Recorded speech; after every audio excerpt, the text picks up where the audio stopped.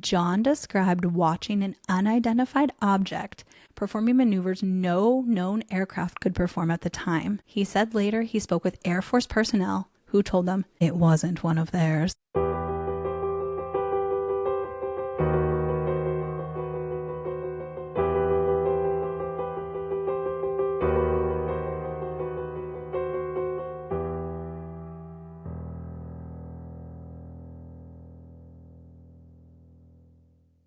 Welcome to this episode of the You Two Scare Me podcast. We're your hosts. I'm Andy. And I'm Felice, and we are coming to you from Key West, Florida. By the time this episode comes out, we will have already been on our super spooky adventure Yes. to Eureka Springs. That's right. But we are recording this right before we leave, and I'm so excited. We have a full itinerary of fun. Yes. I also planned a few surprises for you. I'm so excited because, I like for other people to plan stuff for me. To be honest, I like that. And that's fine. Yeah. I'm like, I will be there with bells on. I will show up on time with a smile on my face and be the best little passenger princess. I will hold you to that. I'm excited. Yeah. So I'm sure it's going to be spooky stuff or whatever, but I'm excited. There's some spooky stuff and just some cool stuff too. So it's going to be great. Oh, Cannot wait. I have to show you something. Okay. Hold on. Okay. Let's see it. Our buddies, Eric and Eric, sent us something. No way. They did. Oh my gosh. Dun, dun, dun. The great unveiling. Look at that Appalachian Paranormal group. Thanks, guys. Thanks, Eric and Eric. We'll model them. Yeah, we will. We'll take some. We'll get some pictures. Yeah, sweet photos. Oh, those are so cute. That's so thoughtful. Thank you. Thanks, guys. And we're excited for our trip to West Virginia this fall. Yeah. Fall / almost winter. Yes. And we're going to go see a spooky prison. Oh, stickers too. A sticker and a magnet. Ding. Yeah. Thanks, guys. Very cool. Awesome. Thank you guys so much. That was a great surprise. I texted Eric and I said, hey, a package arrived. He's like, oh man, I was starting to sweat. I sent that a while ago. Oh, no way. And I said, it's island time. We never know when things are coming. That's so true. Oh my gosh. Everyone, like my sister lives in Houston and she can order something on Amazon and it will be there that day, like in like a couple of hours. That's wild. When we order something on Amazon, it is at least 5 to 7 days. Yeah. At least. There's no 2-day prime for us. I know. I think I still pay for that. I do too, I'm like, actually. what am I doing? Well, it's free shipping. That's why. Oh, that's true. But- yeah. Anyway, so yay. Thank you so much, Thanks, Eric and Eric. guys. We're pumped. If you're just joining us for the first time, we are two silly, spooky friends who love the paranormal and stories of ghosts, hauntings, UFO, cryptids, and anything weird, really. We know that we don't know anything or really understand what's happening with any of this spooky stuff. But we have a deep respect for the unseen and unknown forces at work around us. Each of our episodes is a surprise for the other person, so all of the reactions are real. That's right. During our episodes, we make sure to laugh to keep it light and make sure that it doesn't get too crazy, spooky, scary around here. We hope to bring you stories that make you look over your shoulder, question everything, and give you a chill. A quick warning before we begin, this podcast is for entertainment purposes only. Our tales are drawn from folklore, history, and reported experiences, but we do not claim them as fact. Some stories may include sensitive topics, including this one, so listener discretion is advised. Dive into the shadows with us as we bring you haunting tales in this episode of the You Two Scare Me podcast. Shall we dive in? Tonight, we're not talking about a hotel or a house or even a haunted stretch of road. We're talking about a mile-deep hole in the ground that most people don't realize has almost as many ghost stories as gift shops. Oh, okay. Tonight, we're talking about the Grand Canyon. Oh, wow. So I chose this topic because I started thinking about the quintessential American places to visit during a road trip or something in the summer, and it popped into my brain. And then it was just one of those things where I started seeing Grand Canyon stuff randomly all over the place. No way. So I was like, okay, this is meant to be. Have you been to the Grand Canyon? I have you? I have. Yes. It's amazing. It is stunning and surreal, right? Yeah. I mean, I felt like when I saw it for the first time, I felt like you cannot describe it. And a picture does not do justice Absolutely. at all. Yeah. It's amazing. The vastness of it, you know, the beauty of it. It's really overwhelming. I feel like I got a little teary standing there. Yeah. Like, you know, a quick note though, a lot of what we're covering tonight involves real deaths, real missing people, real disasters. So I'm going to try to handle these stories with the respect that they deserve. There's also documented historical events, well-known American folklore, personal accounts, and plenty of spooky stories. So before we get into all of the spooky stuff, let's just learn a little bit about the Grand Canyon in case people haven't been there. Okay. The Grand Canyon is roughly 277 miles long, up to 18 miles wide, and over a mile deep in areas. Wow. It was carved by the Colorado River over the course of several million years, and it sits on land that has been inhabited by a number of indigenous people, including the Havasupai, the Halupe, the Navajo, the Hopi, the Zuni, the Southern Paiute, for thousands of years before it became a national park in 1919. Some of these communities consider parts of the Grand Canyon sacred. Outside of that importance, the canyon has a real long, complicated human history that includes a lot of death by falls, from heat, from flash floods, and from drowning in the river. And there's even a disaster in the air above it. The National Park Service doesn't publish a single definitive number, but various estimates put the death toll somewhere around 700 to 900 people within the canyon's boundaries. Whoa. Since record keeping began in the 1800s. That's not even counting the 128 people who died in a single afternoon there. So the Grand Canyon is a big place. It has a lot of history, a lot of loss, and a lot of mystery. And missing people are part of that mystery. Yeah. Grand Canyon National Park has one of the highest numbers of unresolved missing persons cases in a national park in the country. And the National Park Service maintains an active database of cold cases. Here's a few examples of some of those cold cases. Mary Begay, a 20-year-old Bright Angel Lodge employee, was last seen on August 1st, 1957, reportedly getting into a vehicle with two men. Human remains found outside the park the following year were initially believed to be hers, but were later determined to belong to a different, still unidentified person. In September 2017, John Hyun Won, a 45-year-old man from Los Angeles, left his car near a South Rim trailhead. He told no one he was planning to visit the park. No trace of him has ever been found. In June 2015, Morgan Heimer, a 22-year-old river guide, vanished on the 6th day of an 8-day rafting trip. An extensive search turned up no additional clues. These are just a few of the names that appear in the database and includes dozens of similar cases going back decades. There's stories of hikers who left a car at a trailhead and never came back. There's no equipment, no remains, no closure for their families. Yeah. So I don't want to speculate about any of them, but I think it's important to mention. Yeah. One of the most famous unsolved disappearances in national park history is this one.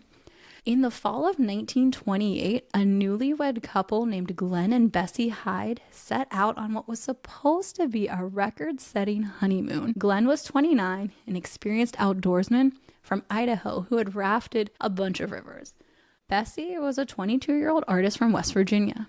They'd met the year before on a passenger ship for Los Angeles, fallen in love, and gotten married the day after Bessie's divorce from her first husband was finalized. Oh my gosh. Go get him, Bessie. Yeah. For their honeymoon, Glenn built a 20-foot wooden boat, and there's a specific name for it, but he was, skilled in this. Okay. And in October 1928, the two of them set off down the Green and Colorado rivers, aiming to boat straight through the Grand Canyon. If they succeeded, Glenn would set a speed record, and Bessie would become the first woman to run the entire canyon by river. At that time, only 45 people had ever done that. The trip went well for almost a month. On November 16th, they stopped to restock supplies at Grand Canyon Village on the South Rim, spoke with a reporter from the Denver Post about their progress, and even hiked up to visit the Kolb brothers, who were two well-known photographers who ran a studio on the edge of the canyon. Okay. It's said that the Hydes were in good spirits and they were close to finishing their journey. On November 18th, 1928, they said goodbye to the Kolbs, walked back to the river, and were never seen again. When search parties eventually found their boat nearly 2 weeks later, roughly 140 miles downstream, it was upright, undamaged, and fully packed with their gear and supplies. Oh, wow. Even Bessie's diary and camera were there. There's no sign of a struggle, no obvious accident, and no trace of either of them. Extensive searches turned up nothing. No bodies were ever recovered. Almost 100 years later, it's still an unsolved case. The leading theory among historians is that one or both of them drowned in a dangerous rapid. Okay. And their bodies were claimed by the river. Okay. But the pristine condition of the boat and the fact that all of those supplies were still there has kept alternative theories alive for decades, including there's a persistent rumor that a woman who later turned up in Utah was actually Bessie with a different identity. Oh. So My gosh. there's some claims that support that, but according to official records, no credible evidence. Yeah. This disappearance is so famous it was featured on Unsolved Mysteries in 1987. To this day, no one knows what happened to Glenn and Bessie Hyde. Wow. What do you think happened? Well, I don't know. I tend to think that the desert and the canyon and the river are a hard territory, you know, and so, you know, if one of them got swept away by the river and the other one went in to try to save them or whatever, that, you know, that could be what happened. I don't know. I know. I mean, there are so many things that can go wrong when you're out in the harsh wilderness like that. That's true. The nights are cold, the days are hot. There are animals, snakes, you know, rattlesnakes and things like that. And the river could be unpredictable. Absolutely. Yeah. The fact though that everything was still there though, and that the boat didn't show any signs of damage is what's a little bit like, Yeah. And then there is probably the most likely theory that somebody did something to them. Right. You know, if we're being realistic, you know. There are theories too that, like, you know, one of them, like, they got into an argument, one killed the other, and then, you know, like, so there's a lot of speculation out there, but there's never been any evidence that's turned up. Wow. So I mean, it is a big place. It would be hard to find evidence, you know. I mean, 140 miles downstream, that's a long way. It is. Yeah. So Wow. That's crazy. I don't know. But that is one of those stories that comes up time and time again when you look into, you know, strange things about the Grand Canyon. Yeah. So I thought it was worth mentioning here. Now, while we're talking about strange stuff, let's move away from disappearing people and get into something else that is creepy and cool and right up your alley. Uh-oh. It's a conspiracy theory. Yes. And it's one of the oldest and most persistent in American history. Okay. On April 5th, 1909, a small Phoenix newspaper called the Arizona Gazette ran a front page story with the headline, "Explorations in Grand Canyon. Mysteries of immense rich cavern being brought to light." Ooh. The article claimed that a Smithsonian-backed expedition led by an archaeologist named Professor S.A. Jordan and guided by an explorer named G.E. Kincaid had discovered a massive underground cavern system high above the Colorado River. According to the story, this cave complex was full of mummies, hieroglyphics, copper tools, and statues that looked Egyptian or Tibetan in style. The article speculated that ancient people had migrated to Arizona thousands of years earlier. So this would upset everything in history, Of course. right? Yeah. You know, it's a wild story. And according to many historians and researchers, it's completely fabricated. Oh. Modern research says there's no record that G.E. Kincaid or Professor S.A. Jordan ever existed. The Smithsonian has stated on multiple occasions, going back decades, that it had no record of sponsoring any such expedition. Okay. And no Egyptian artifacts of any kind have ever been authenticated as being found in North or South America. The Arizona Gazette itself never ran a follow-up story, never named the actual author, and closed down a long time ago. A contemporary newspaper from the same period, the Coconino Sun, essentially called the story nonsense. And yet, the story never really died. It got picked up in books about lost civilizations, and it's persisted. People, you know, keep repeating it. And once the internet showed up, it was all over. Yeah. Yeah. It's found a permanent home in conspiracy circles, and it's often framed as a Smithsonian cover-up. The idea being that the discovery would completely rewrite American history, so the government buried it. sometimes literally. And there's even claims of there being armed guards stationed at hidden cave entrances to this day. Oh. I love If this. there's nothing to hide, why do we have armed guards? Right? Yeah. So to be clear, there's no official evidence of this, but there is this 1909 newspaper article and the theory that continues on and on and on. Whoa, that's crazy. The Smithsonian consistently denied the connection. Historians agree maybe it was just a slow news day and somebody made up a story trying to sell newspaper copies. Right. But the fact that it's still there and people claim to have seen these armed guards and things like that makes me wonder. And, it's fun to think about. Of course. I know you love a good conspiracy theory. Oh, I love a conspiracy theory. Have you ever heard that one? I haven't. Oh, I haven't heard yeah. that one. Yeah. You can go on a deep dive into that. Oh, I will. But it's wild. And, thinking about the indigenous people that lived there were a lot of people who used the caves and the ledges and like things like that in their life. So who knows what's hiding there? Very interesting. Let's move from a conspiracy theory to something that has more of a paper trail, including declassified FBI documents about something that I'm afraid of. Oh, my favorite. I know it's coming. In recent years, the FBI has released archived files related to UFO investigations from the mid 20th century. In Arizona, these types of things show up more than any other state. There are 2 Grand Canyon cases that stand out. The first is from June 30th, 1947, just 2 weeks before Roswell. Okay. And the same summer as the original flying saucer sighting near Mount Rainier that kind of kicked off the whole UFO era. Yeah. According to the FBI documents, a pilot in training named Lieutenant William G. McGinty was flying a P-80 aircraft near the Grand Canyon en route to an airbase near Phoenix. Okay. When he reported seeing 2 circular light gray objects, each roughly 8 feet in diameter, descending straight down at an extreme speed into the canyon. McGinty said the objects appeared to be heading toward an area about 25 miles south of the South Rim. He altered his flight path away from them. This account shows up repeatedly across released FBI files, in interview summaries, internal review notes, and case reports. Oh, wow. So it seems to suggest that the FBI thought it was significant enough to keep talking about it, within their organization internally. The second notable case comes from a man identified only as John, who described an incident from 1954 near Peach Springs, Arizona on the Hualapai Reservation, right in Grand Canyon country.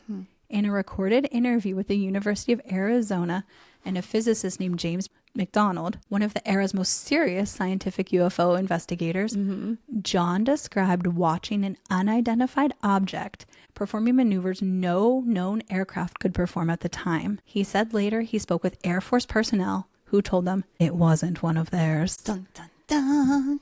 Neither of these cases has been definitively explained.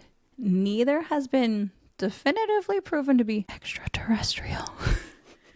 But they're documented, archived, and they're part of the historical record and FBI files. Yeah. So it's not just a legend. If you take a deep dive into these kind of incidents, you can find all kind of blog posts describing alien encounters at the Grand Canyon with beings that have like telepathic communication skills, glowing figures emerging from craft embedded in the rock of the canyon. So I got scared with those and I didn't go too deeply into enough them. of that. Yeah. No, thank you. So I moved away from that. But the fact remains that there is an actual FBI report about UFOs near the Grand Canyon. Yikes.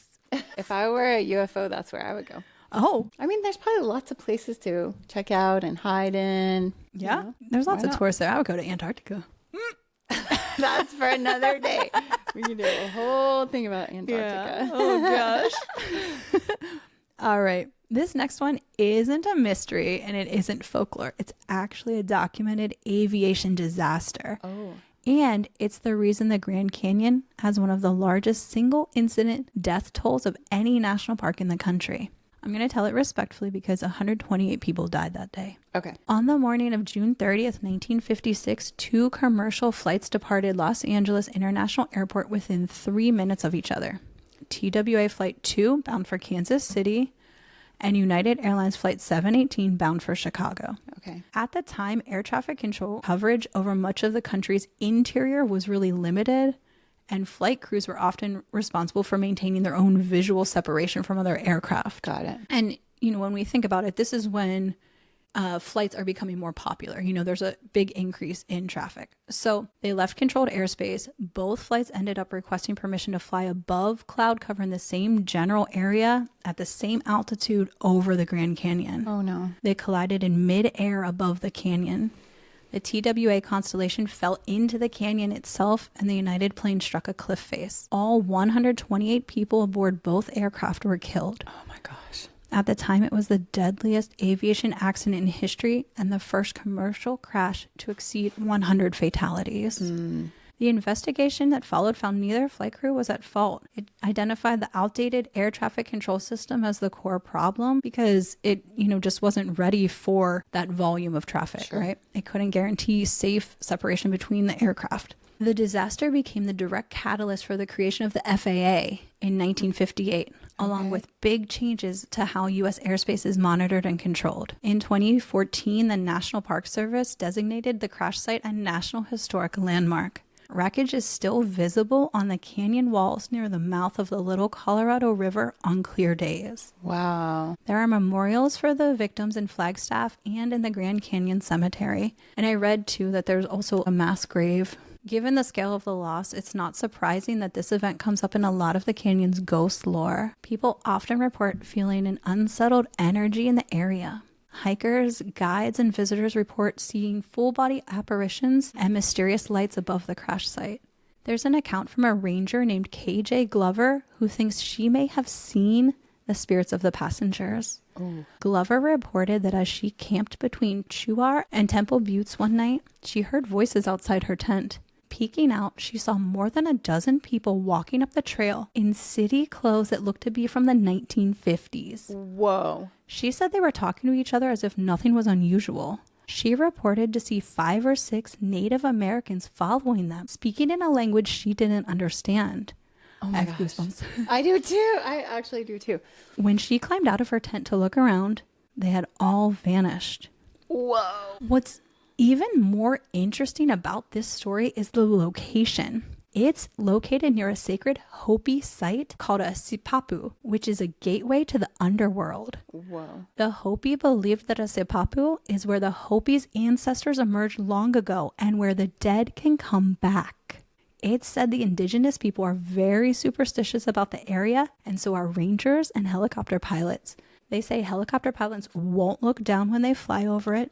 And there are a number of stories of people who've gotten sick and even struck by lightning in that area. No way. So if we think about that, the Hopi have this belief this is a gateway to the underworld. Right. This is where she sees all these spirits and then these indigenous people walking behind them. What if they're guiding them? Yeah. Isn't that wild? It is. And also that they're just talking and they don't seem to notice that anything is different. Right. Right. But I mean, what would Whoa. be different? Yeah. Because you're not seeing buildings or things like that. They're probably just like, oh, here we are at the Grand Canyon. Sure. I don't know. Wow, that is really crazy. Yeah. So, and that's from, a ranger from. And you said that the helicopter pilots won't look down. I wonder if it's like causes some confusion or like disorientation. Or yeah. Maybe. You know what I mean? Maybe there's Like some kind of like an energy, right? Yeah. That's what I was gonna say. Like the energy is so strong. It also could just be, like you're a pilot, you're flying over this area where something happened. I don't know. You don't want to, succumb to that same fate. I don't know. Right. Yeah. I don't know. A little superstition, a little respect for what happened. Right. Whoa. So let's continue with some more haunting accounts. Let's do it. There's a famous haunted hotel called the El Tovar that was built in 1905 right on the South Rim by the Fred Harvey Company. Okay. The El Tovar has hosted a long list of famous guests over the decades, including Theodore Roosevelt, Albert Einstein, novelist Zane Grey, and Andy and Ryan Zivith. Okay. All right. Wow. Love it. Okay. Also, according to staff and guests alike, one of the most consistently reported haunted hotels in the park. When you went there, did you know that it was supposed to be haunted? I can't remember if I knew that it was haunted, but it had a vibe. It feels like an old lodge. Okay. And so right outside the room we stayed in was a giant moose head on the wall. Oh, okay. So it has that old school, very masculine, Yeah. you know, almost like hunting lodge kind of vibe, you know. Dark wood and it was everything, dark. Yeah. It didn't feel negative, but I feel like it felt a little like stuffy or heavy or, you know, something. Okay. Like a little something going on. The most commonly repeated stories involve Fred Harvey himself, the company's founder who died in 1901, 4 years before the hotel even opened. Staff and guests have reported seeing a man in old-fashioned dress, sometimes described as wearing a long coat and a black hat, standing on the hotel's front stairs, gazing out at the canyon, or, most famously, appearing on the 3rd floor and inviting and encouraging guests to attend the holiday party. Oh, okay. Sometimes even in the middle of July. Christmas in July. Yeah. Wow. The 3rd floor and the kitchen are the areas that are most frequently described as active. A woman named Corey Ann was a housekeeper in the 1980s at the El Tovar. She wrote, "He slammed a door on me once when I was a maid there and cleaning rooms on the 1st floor. I said, 'Knock it off, Fred.' And he did." I love it. Get out. Right? I like it. She's trying to get her job done. Yeah. Beyond the Fred Harvey sightings, there's a long list of reported guest experiences. One guest told a reporter his wife felt an unseen presence tugging at her clothing in the middle of the night. Wow. A LA couple reported seeing the face of a gray bearded man peering at them from a turned off television. Hate that. Yep. On a forum called Your Ghost Stories, one visitor described arriving at the empty lobby of El Tovar around 11 p.m. after a full day hike and hearing a young girl's voice call out, "Mommy, Daddy," and looking up to see a girl in a white nightgown run across the 2nd floor balcony. When they went up to check on her, she was gone. Another guest account described waking up and feeling a presence in their room and seeing an unexplained mysterious light. They also reported the air conditioning unit switching from air conditioning to heat, with no one touching it. That's annoying. Right? That's not cool Sweating, in the summer. freezing. Yeah. Other reports include ghostly figures appearing in mirrors or windows. There are several reviews on TripAdvisor of ghostly experiences. Kathleen on TripAdvisor wrote, "I did wonder if my room on the lower level was haunted because the door seemed to unlatch when I used the key, but it felt like something was preventing the door from opening. Oh, gosh. Until I said, 'Please, ghost, let me in so I can just go to bed.' Then the door opened, no problem. This happened 3 times. Oh, my goodness. Well, that was a kind ghost. Yeah. Just a little, maybe a little bored. But Yeah, like, just need a little all right. encouragement. In another TripAdvisor review, Mark wrote, "About 1 a.m., my wife was awakened by someone running their finger across her lips. Ew. She looked at me, but I was asleep on the other side of the bed. She shrugged it off and went back to sleep. Nope. A short time later, someone grabbed the toe of her foot that was sticking out from under the covers. She felt the presence of someone standing next to her. She could not move for some time out of fear." Whoa. He said they told the desk clerk about it the next day when they were checking out, and she apologized but said it was not unusual. A little heads up next time, maybe. Right? Christopher wrote, "I'll be honest, I'm not a believer in ghosts. And even after our experience, I still believe there must be a logical explanation. My wife and I were sitting in our room, and the corner floor lamp turned on and off. This switch turned 3 times on its own. We heard the hotel was haunted before we stayed there, so maybe we did experience something." What's funny is that Xanterra Corporate, that operates the hotel, responded to his review and said, they say? "We do hear stories similar to yours, so there may be something to the haunted rumors. I am glad you enjoyed your stay despite the strange experience." Okay, that's a good response. So the fact that the corporate office responded was like, yeah, we sometimes we've hear heard." this.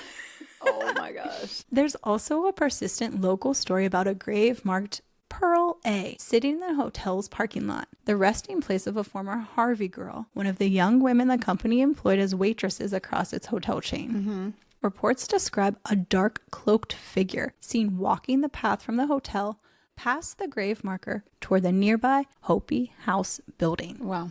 A former employee of El Tovar posted this story. I was promoted to being a bartender, and that meant being alone at the bar for hours at a time during opening and closing shifts.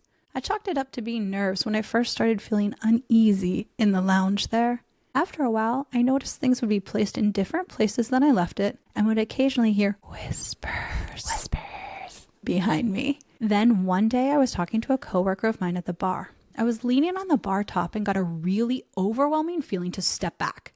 As soon as I stepped back, the closed cabinet above me opened and a sharp cutting knife fell out, blade facing outwards. Oh, gosh. The knife hit directly where I was standing a second beforehand. We all just shared a moment of stunned acknowledgement of what happened. Ugh. After that incident, I started seeing shadows following me around, especially in the basement. I was in the secured wine cooler that had a very heavy door that latched and had a security pin code lock. I was grabbing some stock and I noticed the door closing. I spoke out and said, "Hey, someone is in here." And the door slammed shut and latched. I was in there for about 20 minutes before someone else came down to look for me. Oh my goodness. We never figured out who closed the door on me, but I have a pretty good feeling it was the same presence that tried to stab me with a knife. Oh my gosh. Good times. It seems like there were some battling forces there. Yeah. You know, like so the fact that she felt like, step back. Yeah. That's like maybe somebody trying to help and, you know, trying to work against whatever was not a kind force there. Maybe that was Harvey. You know, like he seems jovial and sweet. Wow. So that was spooky. That's really scary. There are consistent stories and personal accounts that have been collected over the decades, and El Tovar has been featured on paranormal investigation TV shows because of how often the same kinds of stories keep popping up. Let's continue on. A little further along the rim sits Hermit's Rest, a rustic stone building designed in 1914 by architect Mary Coulter as a tribute to Louis Boucher, a French-Canadian prospector who lived alone in the canyon and was known locally as the Hermit. Okay. According to accounts collected by paranormal writers and canyon staff, the building is associated with unexplained footsteps in empty rooms, the smell of pipe tobacco appearing with no source, doors opening on their own, and the occasional sighting of an old man sitting by the fireplace who vanishes if approached. Wow. Down in the canyon itself, near the ruins of Boucher's actual old camp at Dripping Springs, backpackers have described hearing someone moving through the site at night, tool sounds, and humming or singing in French. And remember, he was French-Canadian. Wow. There's also an account from a solo backpacker in the 2000s that fresh boot prints appeared overnight in a pattern consistent with old prospectors' boots, despite no one else being in the area. All right, let's continue on. In February 1922, a 48-year-old trail foreman named Rees B. Griffiths was overseeing a construction crew blasting out of a section of what's now the North Kaibab Trail when a rock slide struck him. He survived the initial impact but died shortly after at the work camp. Aww. Griffiths reportedly loved the canyon so much that he'd expressed a wish to be buried there, and the crew honored him by building him a coffin from camp materials and marking his graves with a pile of stones between Black Bridge and Phantom Ranch, across from an area of Pueblo ruins. His grave is still there, and the National Park Service's own historical records confirm the facts of his death and burial. In the years since, hikers on the North Kaibab, which is one of the least traveled and most physically demanding trails, I would not be there. Same. Have reported sightings of a figure near his gravesite. People also report seeing an unexplained light hovering above the grave itself, particularly by people camping in the area. All right, let's go over to the North Rim. On the North Rim, which is far less visited than the South Rim, hikers and campers over the years have told a story about a woman in a white dress, sometimes described with blue flowers on it, seen along the Transept Trail between the Grand Canyon Lodge and the North Rim campground. Sometimes she's seen wandering near the rim's edge before vanishing. Wow. Others report hearing her weeping. Some say she's a grieving bride. Others say she's a mother searching for a lost child, but none of them are traceable to a documented person. Maybe she's La Llorona. Maybe. Ooh. In the same area, the original Grand Canyon Lodge on the North Rim burned to the ground in a fire in 1932. According to a description in the book Haunted Hikes, Spine-Tingling Tales from North America's National Parks. Oh, I'll have to look into that one.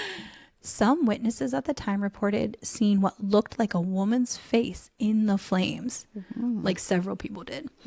There's another account from someone with decades of experience in the Grand Canyon. Marjorie Slim Woodruff is a naturalist who has hiked the Grand Canyon for over 50 years. Wow. And has collected a number of ghost stories firsthand. Cool. That's really cool.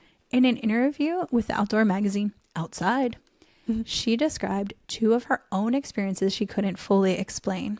She stated that once while backpacking deep in the backcountry with a friend, the two of them heard mysterious footsteps circling their tent at night with no other hikers anywhere nearby.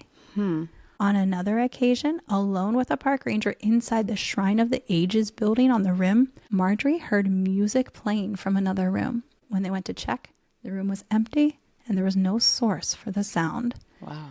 So to me, the fact that Marjorie has been there and hiking for 50 years, Sure. she's familiar with the terrain. You know, she knows what's happening there. She knows what to expect. But Yeah. she's experienced some things that she can't explain.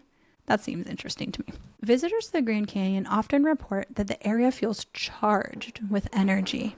People report feeling the hair on their neck rise, goosebumps in the middle of the summer heat, and a very real sense of unease and foreboding. Some say that feeling only gets worse as the sun sets. Ooh. There are a lot of people who report that when the sun goes down, they feel like they need to back away from the canyon. And one local even reported hearing a loud voice say, "Go home," Oh, no. while out cruising the trail in their golf cart. Yikes. Others report their dogs growling at nothing, a thick feeling in the air, shadows that move, and a feeling of danger and uneasiness.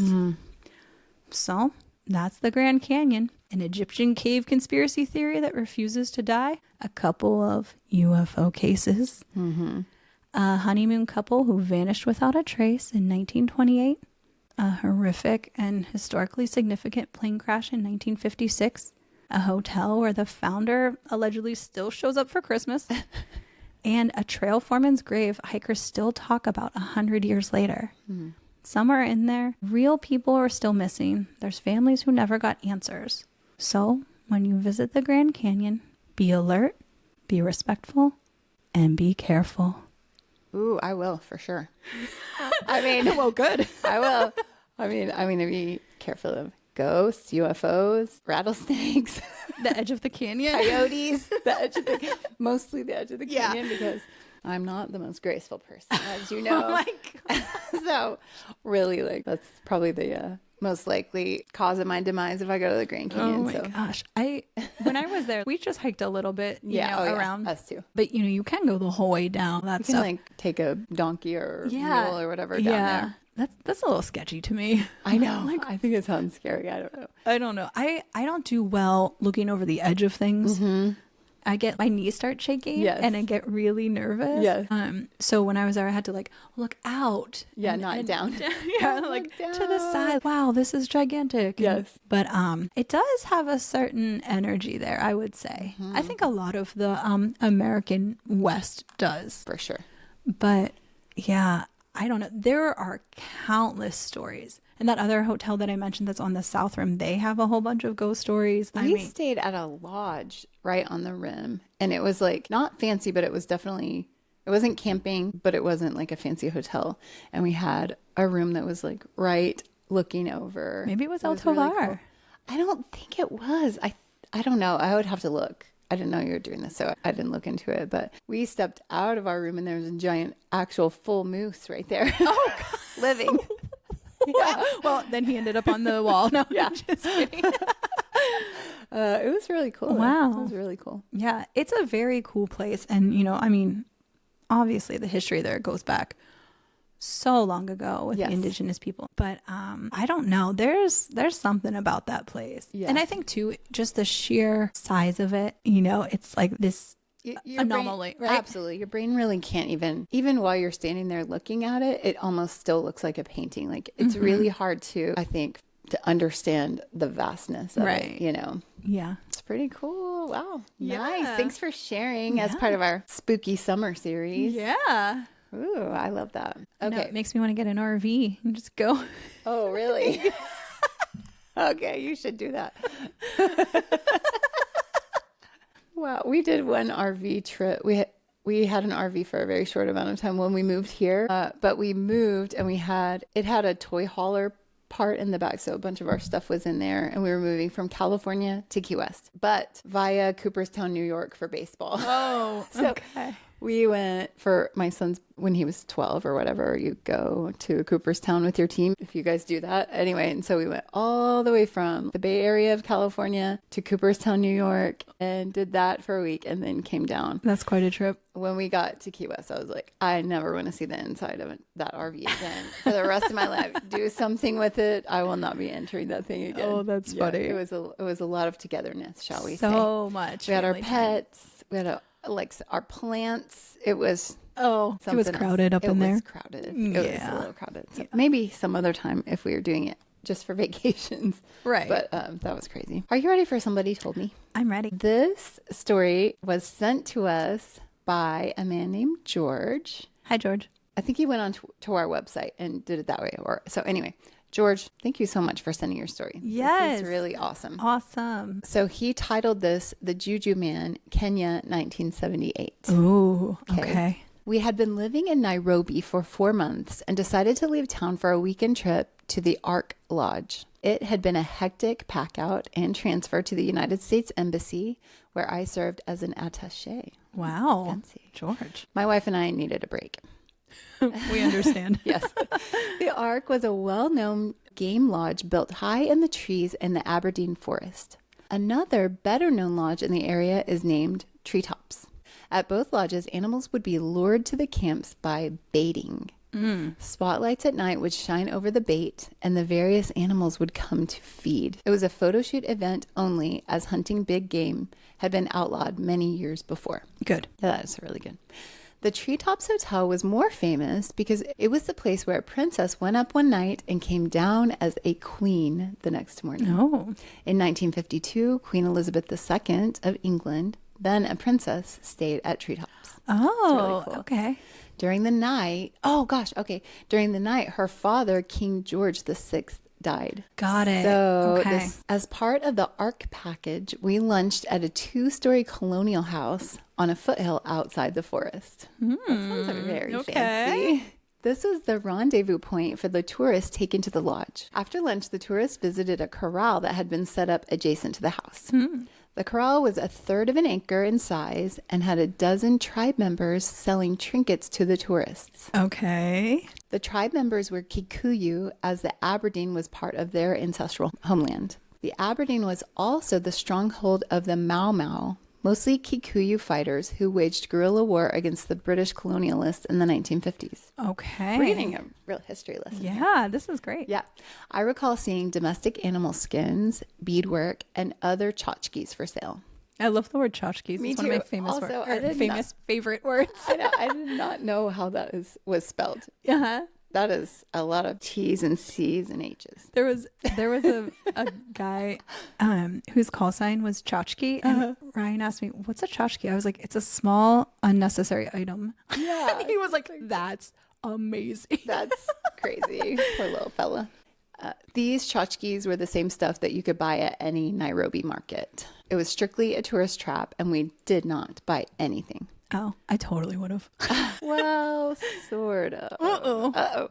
There was a tribe member in his late 60s or early 70s who caught our attention, but his age was difficult to determine. He spoke no English and was helped by another man, much younger, with interpretation.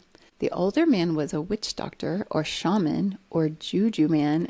The Juju man was wearing a traditional piece of cloth wrapped around his body and was otherwise unremarkable in appearance. There were no frightening masks or makeup or other theatrical effects that one might see in the movies. The interpreter was wearing Western-style clothes, slacks, and a button-down shirt. For about $1 or $2, we could have our fortune read. While we knew it was all a swindle to earn a bit of money from the gullible tourists, we agreed. Heck yeah. After all, the cost was equivalent to only about 25 cents.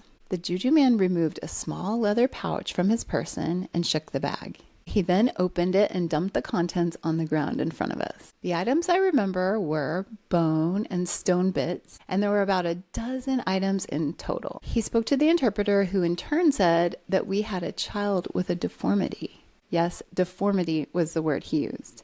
He then cupped his elbow with his hand. Stunned, we told him he was wrong. My only son, Michael, an infant, was with us and did not have a deformity. The interpreter asked if any of the family had a deformity, next pointing to his leg. We replied with an emphatic no.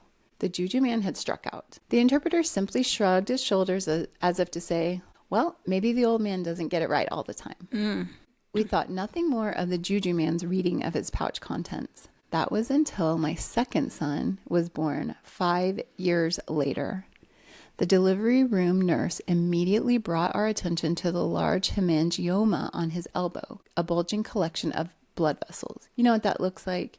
It's like it looks like a big dark birthmark. Okay. The pediatrician assured us that as he grew, the blood vessels would naturally absorb back into his elbow. Whoa. He was correct.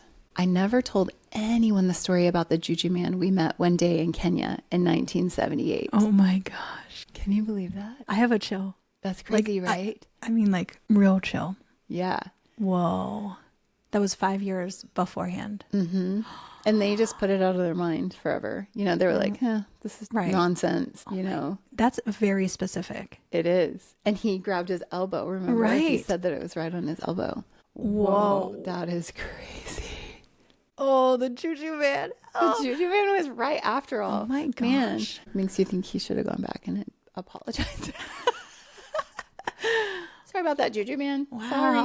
Whoa. That's crazy. Some people know things. But like that's really remarkable, because it's not just seeing the present, right? You know, like, foretold the future. Yeah. You know, wow. Yeah. He's like, I saw what I saw. I don't believe me or not. Yeah. He's like, I don't know. Mm-hmm. That's pretty crazy. Whoa, man. George, thank you so much for sending that. And that was so well written. That's what I was going to say too.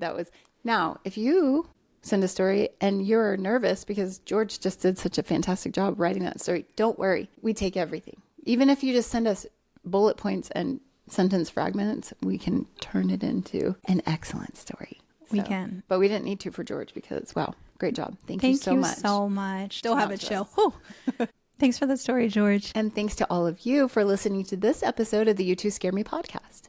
If you want to support the show, find us on Patreon. Just search for You Two Scare Me podcast. We have $5 and $10 tiers with special perks and shout outs. You can also follow along with us on Instagram at You2ScareMe_podcast or on Facebook at You Two Scare Me podcast. Follow us on TikTok at You Two Scare Me podcast. No spaces. Interacting with us and following us on social media really does help us. So like, comment, follow, repost, all of it. And send us your own ghost stories, cryptid or UFO sightings, encounters with shadow people, La Llorona, the Juju man. Yeah. And all unexplained experiences to us at youtwoscaremepodcast@gmail.com. That's YOUTWO scaremepodcast@gmail.com. We'll share them in a future Somebody Told Me segment. That's our favorite. When we get one of those emails, it's so exciting. We're so excited. And we basically race each other to claim it as our own. Don't forget to check out our website for You Two Scare Me merch. You could get some shirts to match us, maybe a coffee mug or even a cute sticker patch. They're so cute. You can also find blog posts, photos, and more. Also, like Felice said, please subscribe, leave a 5-star review, share it with someone who's currently enjoying their summer, planning a trip maybe near the Grand Canyon or anywhere. Reviews, ratings, and social media interactions really, really help us. They do. Thanks for wandering through the shadows with us. Until next time, stay curious and beware what lurks beyond the light.